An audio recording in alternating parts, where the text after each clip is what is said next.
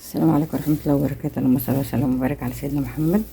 ان شاء الله النهارده هوريكم ازاي ننضف البونبور بالشكل ده كده باسهل طريقة. انا كنت جايباه وكان اطول من كده طبعا، بس انا قصيته وبيطلع حجم طويل قوي، فانا قصيت الحجم ده عشان يبقى سهل في الحشو، وابقى اقص بعد كده قد الصباع اللي انا عايزاه بالشكل ده كده. اول حاجة هجيب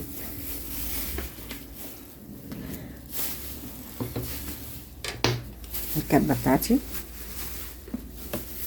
انا هعين الجزء اللي هو دوت هشيله خالص، وفي جزء كده بيبقى بتاع العجل احطه هنا كده، اظبطه زي ما انتم شايفين، وهحط فيه البونبور بتاعي. طبعا هو انا الراجل برضو نضفولي شويه، بس انتي ممكن لو جبتيه مش متنضف تنضفيه بالطريقه دي، هيبقى حلو قوي وسهل جدا، مفيش اي مشكله، كبه هتنضفه. نحط هنا كميه، بسم الله كده خلاص، ونقفل. بسم الله الرحمن الرحيم.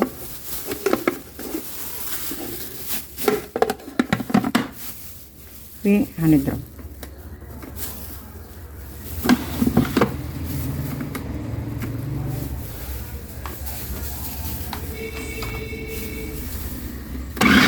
بالشكل ده كده. احنا ما حطيناش دي لان دي هتقطعه، دي بتاعت اللحمه، انما احنا حطينا اللي هي البلاستيك، فمش ان شاء الله مش هيجرى له حاجه، وينضف ويبقى زي الفل. نيجي بعد كده نحط شويه ملح،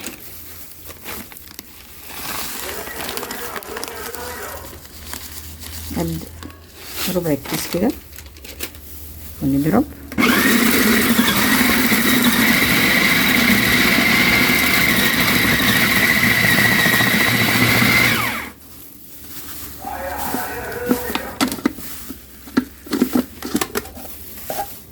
هتلاقوه بسم الله ما شاء الله بقى زي الفل كده، زي ما انت شايفه. بصي الشكل ده كده.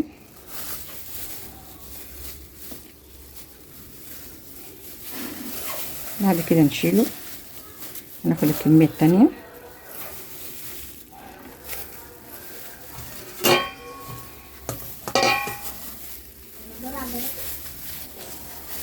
زي ما انتم شايفين كده بتعمل ازاي. ودي اسهل طريقة تنضفي بيها البونبور. طبعا هو بيبقى مقلوب، خلي بالكم، يعني هو بيبقى الراجل مديهولك مقلوب، مش من الناحية اللي فيها الدهن كده بالشكل ده كده. نحط السكينة تاني، نحط بقية الكمية بالشكل ده كده.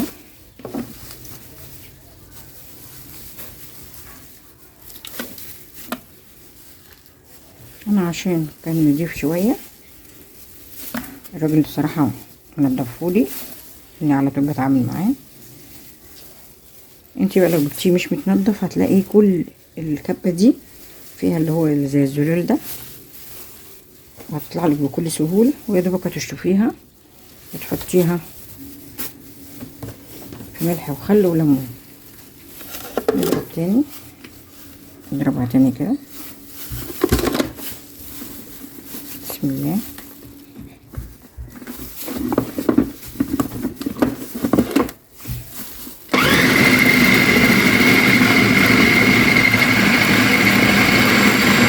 شايفة كده بيلف.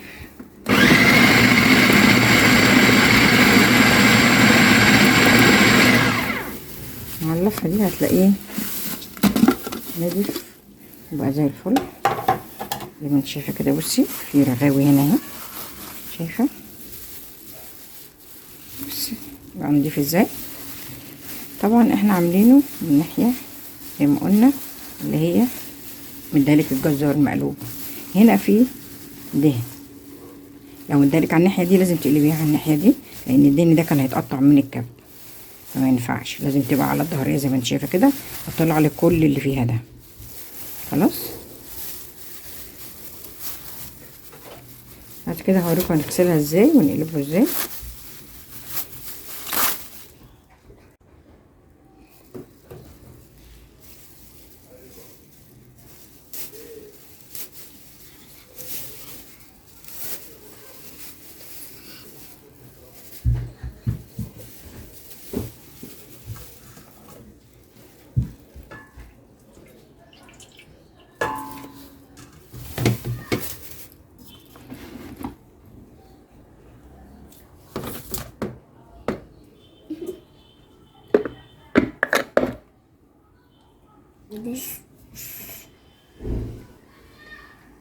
صوتك يا لوسيندا، وطي صوتك.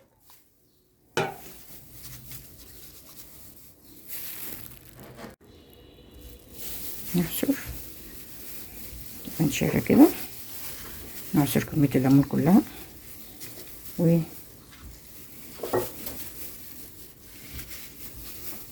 نقلبه، انت شايفه كده.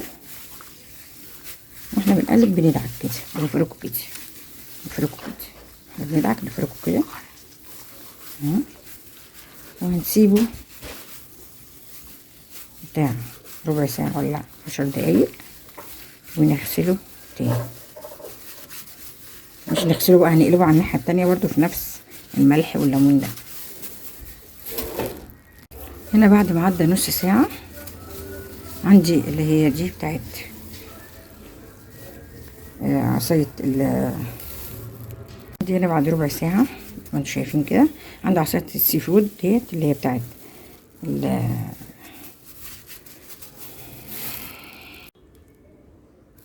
عصاية السوشي. بعد ربع ساعة، بعد ما سبته ربع ساعة، اروح قلباه على نفس المية برضو والملح اللي كان فيه، اروح قلباه كده. طبعا هو عشان تخين فدي هتبقى بسهولة معاه، مش هتعمل حاجة. نجيبه كده بالشكل ده كده.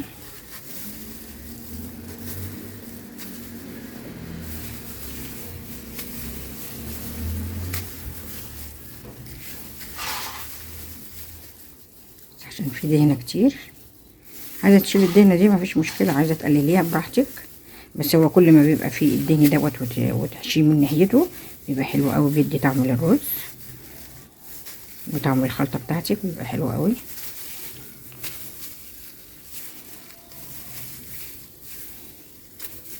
نشوف واحدة تانية هتكون فيها دهن كتير.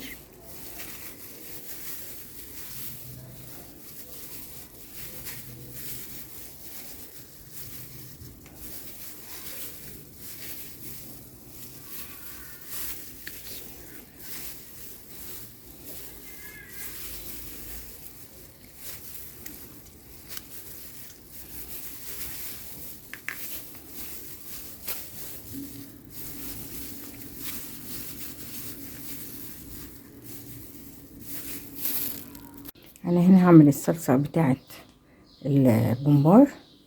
انا عندي هنا معلقة سمنة بلدي مع معلقة زبدة مع معلقتين زيت، حطهم على النار. اول ما يسخنوا هنزل بالبصل.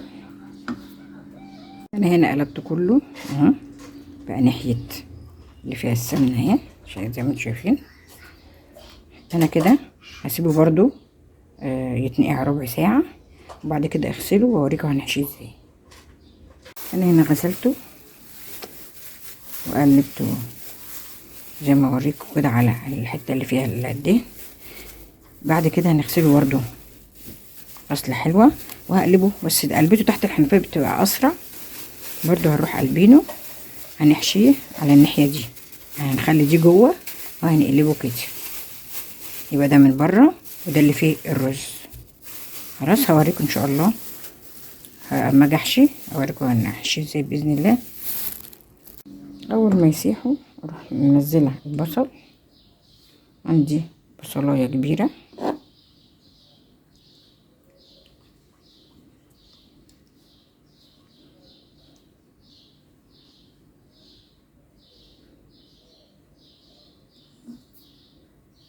ننزل بالبصل الحين،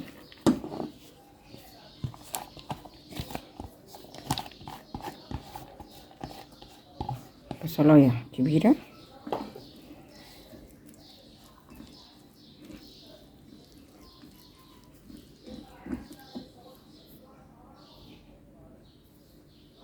هنا بعد ما البصل خد تشويحة هنزل عندي هنا شفشق في 4 أو 5 من الطماطم وقرن فلفل اللي هو الأصفر مع الرحيم.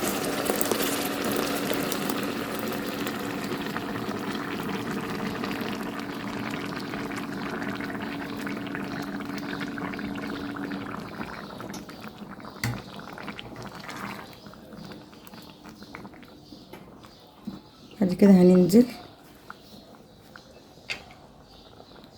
معلقة كزبرة معاها زعتر ومعاها فلفل اسود، بسم الله، معلقة.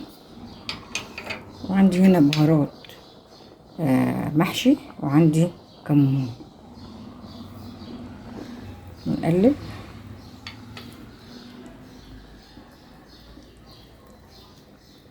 بسم الله الرحمن الرحيم.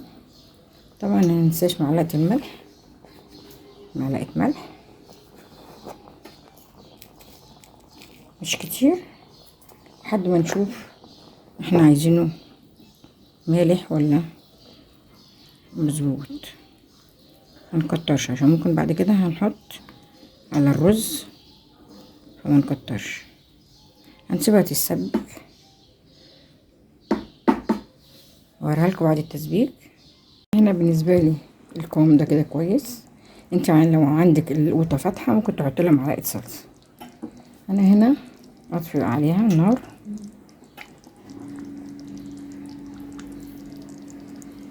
طفيت عليها النار، احط لها معلقه توم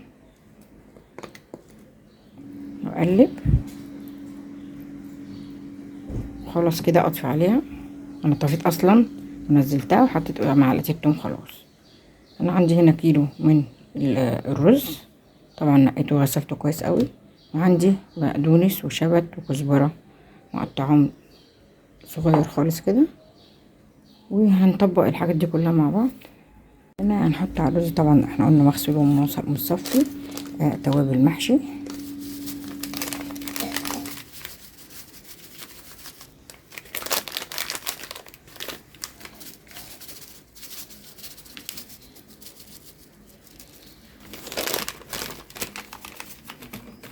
الكيس ما كانش مليان، هو كان نصه، هنحط النص كله.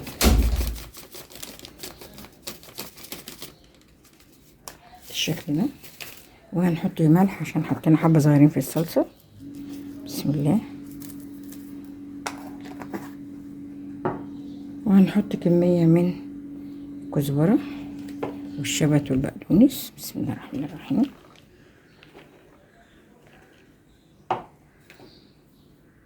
هنا هحط الصلصه. بسم الله الرحمن الرحيم.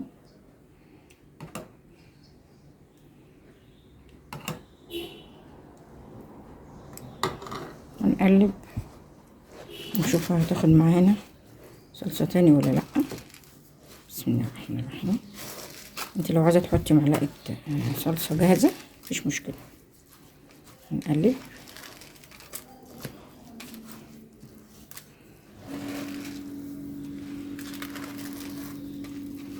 انت ما تعمليش كميه، انا عشان جايبه 2 كيلو عملت كيلو واحد بس رز. انت طبعا حسب الكميه اللي عندك تحطي الرز، حسب الكميه اللي عندك اللي انت جايباها من البومبار. بسم الله الرحمن الرحيم.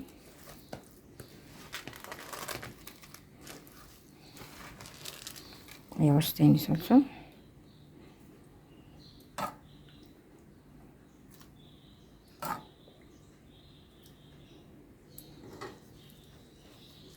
خلي بالك برضو ان انتي بتحطي صلصة بتسيبيها بره شوية، تحطي حبة صغيرين بره، وتحطي شوية كزبرة وبقدونس وشبت، عشان لو اتزنقتي وعايزة رز تاني مثلا تلاقي له صلصة وتلاقي له خضرة.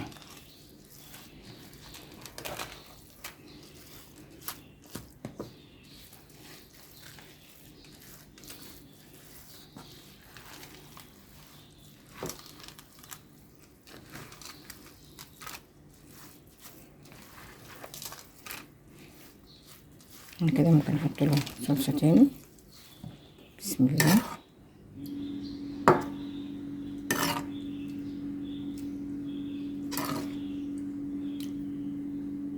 قلبه عشان مطولش عليكم.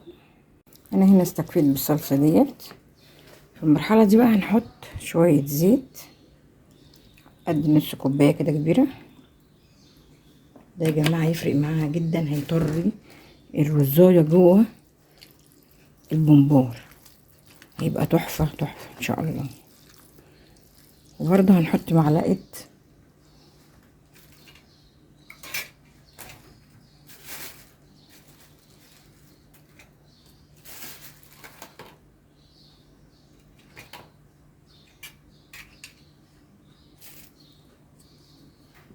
توم برضو نية، ونقلب. بسم الله الرحمن الرحيم. خلي الرز كده يتخلي الزيت يخش في الرز كده عشان يبقى ناعم وينزل على طول في البونبور، ويخليه مفلفل وحلو قوي. جربوها هتعجبكم ان شاء الله. بس كده تمام. هنحشي بقى زي ما قلت لكم. هنا انا كنت قلباه على الناحيه اللي هي فيها الدهن دوت خلاص، وقلبتها دلوقتي بقت على الناحيه اللي هي الناعمه خالص دي. واحنا نحشي من هنا عشان الدهن ده بيخلي الرز طعمه حلو قوي. اللي مش عايز ممكن يقلبها ويخليها على ده، يبقى داخلي يبقى ناحيه الرز وده من بره. او لقيتيها مثلا كتيره كده ممكن تقصي. خلاص هنقول هنا بسم الله الرحمن الرحيم. نحط واحده هنا كده، ناخد كده نعمل ازاي، نقلب نروح جايين. طبعا هو هنا واسع مش محتاج قمع. بسم الله الرحمن الرحيم. ندخل بايدينا كده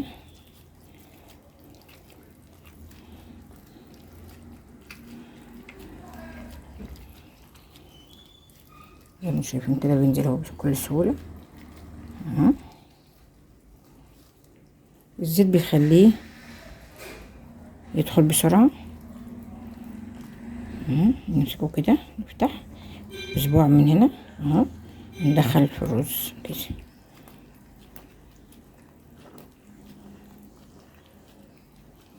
زي ما انتم شايفين كده اهي. اروح منزلاها، بينزل بكل سهوله اهي. خلاص هكمله لكم كله واوريكم بعد كده هنعمل فيه ايه. انا هنا خلصتهم بسم الله ما شاء الله، وقطعتهم بالشكل ده كده. كل واحد يقطعهم بالطريقه اللي هو عايزها والطول اللي هو عايزه. خلاص انا هنا سايبه لكم واحده عشان اقول لكم ازاي تقطعوها. انا هنا بعد ما حشيتها زي ما انتم شايفين كده، اهم حاجه لازم اسيب هنا، ادخل الرز واسيب الحته دي كده فاضيه، البق ده كده لازم اسيبه فاضي كده. ادخل الرز كده وامسكه كده واسيبه الحته دي فاضيه. ليه فاضيه؟ عشان لما انزلها في الميه السخنه تمسك مع بعضها كده ما تطلعش الرز. واروح مبططه سواء كده، ماسكه من فوق كده مبططه كده عشان الرز ياخد راحته ما يبقاش ايه ني. بشوف الطول اللي انا عايزاه واقص. انا عايزه كده، اروح قصه. وبعد كده اروح مدخله برضو الناحيه التانية نفس الكلام. ادخل الرز عشان اقفل عليه بالشكل ده كده. خلاص اهي. كل واحده طبعا هتعملها كده وتبقى من هنا مقفوله ومن هنا مقفوله. بص انا عاملينها ازاي، عاملاها كده كل الشكل ده كده عشان ينزل في الميه يروح قافل وما يطلعش الرز. خلاص لازم تبقى مبططه كده. ويا جماعه ما تنسوش الزيت في الخلطه مع الرز، لازم تحطوا زيت عشان الزيت ده هو اللي بيسهل الرز يخش بسهوله ما يضايقكيش، وفي نفس الوقت بيخلي الرز جوه البونبور مفلفل ما بيبقاش معجن. برضو نفس الحكايه، اروح منزله اي رز بره لازم تنضفيه زي كده. الزيادات دي كلها تقنيها. طبعا انا هبطط، الزيادة هتنزليها عادي مفيش مشكله. انا عايزه مثلا دي هعملها 2، اروح جايبه المقص كده وبعدين النص ده كده اهي.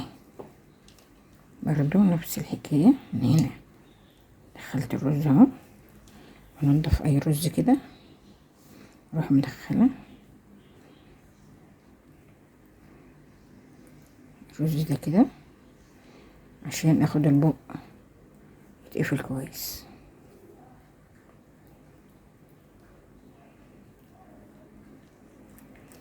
زي ما انت شايفه كده الزيادات دي كلها اخدها واشيلها اهي كده وكده. هاجي احطه في الميه هوريكم انا هحطه ازاي. برضو ده نفس الحكايه، انضفه من بره لو كتير انعين منه، واقفل برضو البق كده. ان شاء الله اعملوا بالطريقه دي هتاكلوا احلى بمبار ان شاء الله. انضف برضو اهي، انضف اي رز اي حاجه زياده اهي، انضف برضو البق واروح ماسكه كده. ليه كده؟ عشان قلنا يقفل في الميه السخنه بعد ما انزله. خلاص خلاص اروح حاطه هنا. هوريكم ازاي انا هنزله في الميه. بعد ما الميه اتغلت بالمنظر ده همسك البمبار زي ما قلت لكم كده من هنا من عند القفله زي ما قلت، والناحيه التانية اهي واهي، وهنزلها اقول بسم الله وانزلها في الميه. بسم الله الرحمن الرحيم اهي تبقى مقفوله كده زي ما انت شايفه. انزل بالراحه لحد ما الحله تاخد الكميه اللي هي عايزاها. بسم الله الرحمن الرحيم. لو لقيتيها مش مقفوله بتقفليها. بسم الله الرحمن الرحيم.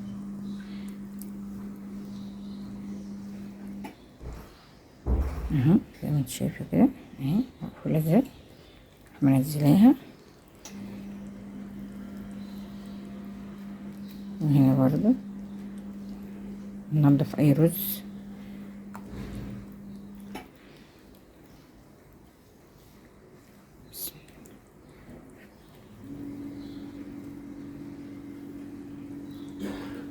وبتحطي في الحتت اللي انت منزلتيش فيها، يعني نزلنا احنا هنا كذا مره ننزل جوه. بسم الله بسم الله بسم الله.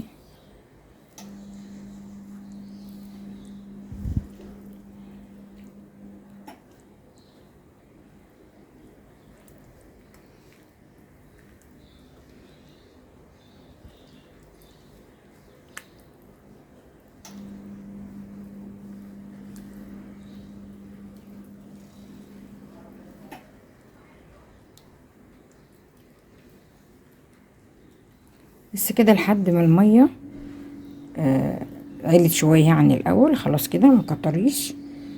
هما اول ما يستووا هوريكم ازاي نطلعهم. وكده شكله بعد ما خلص وتحمر نرش عليه شويه بقدونس. بص هو كان كبير في الحشو بس لما اتحمر كشتوله عرض. بصوا عامل ازاي. لو عجبك الفيديو يا ريت ما تنسوش لايك وشير وسبسكرايب وتفعلوا الجرس عشان يوصلكم كل جديد. والسلام عليكم ورحمه الله وبركاته.